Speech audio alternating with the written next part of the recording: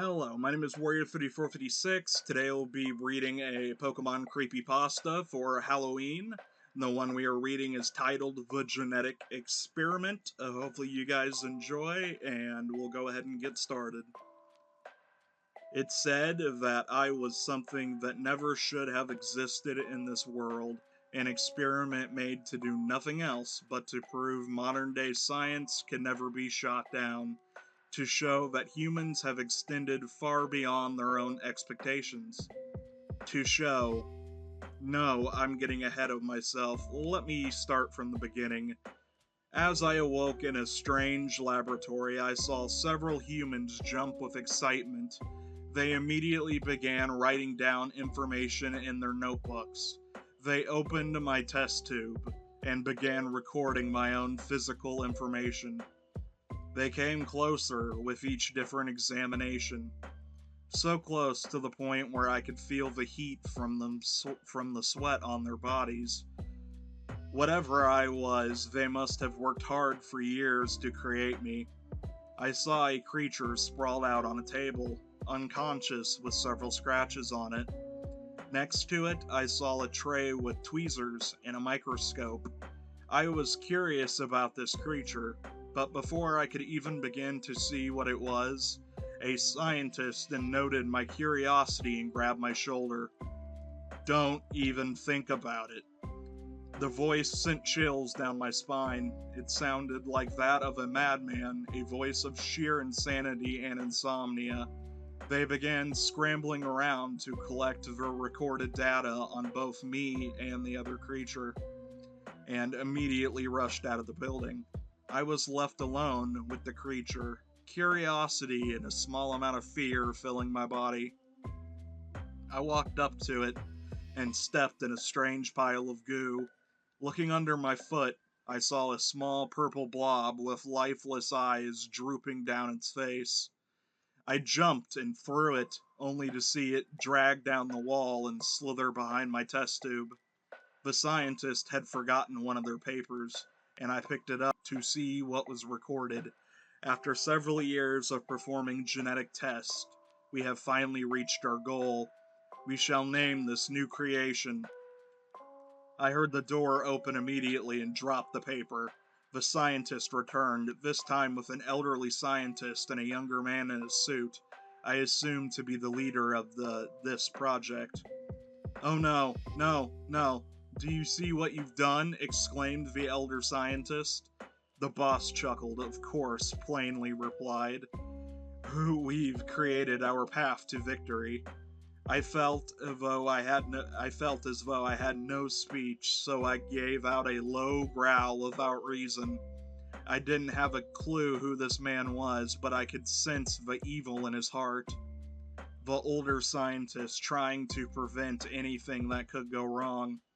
The boss came up to me and put a hand on my shoulder. He opened his mouth to speak, but before he could say a word, I tackled him, feeling as though that was my only defense.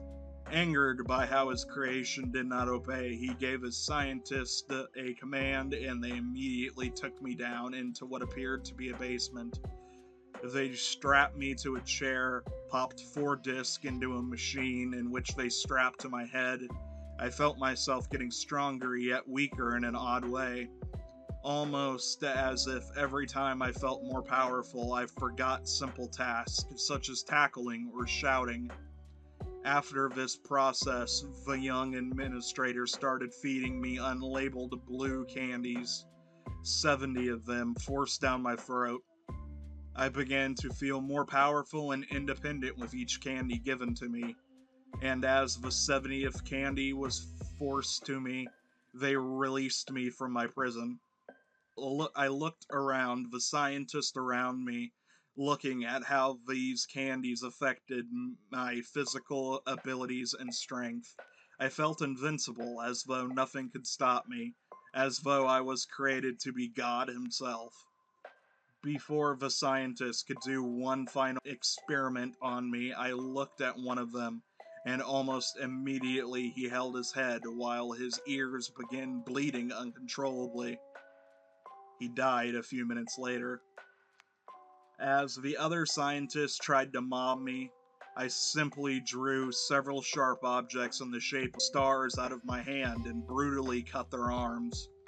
One scientist successfully stabbed me, and I simply put my hand over the fresh wound and it healed instantly. I killed him the same way as the first scientist. My creator fled, leaving only the young administrator. "You did this to me," I thought to myself. He gasped and looked around. Who, who said that? He then looked at me. "Oh, it was you. You're a psychic, I see." He grinned after this statement, but the grin simply faded to seriousness.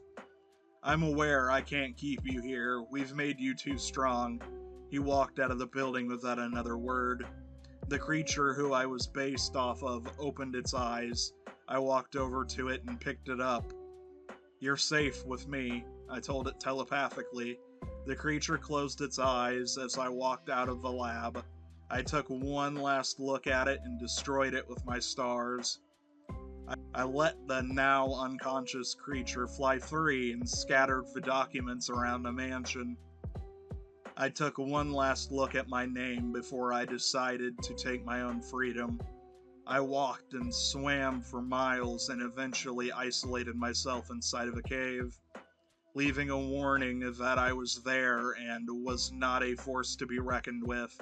A bodyguard soon volunteered himself to prevent anybody from entering. During a cold night in my cave, I heard footsteps echoing from the entrance.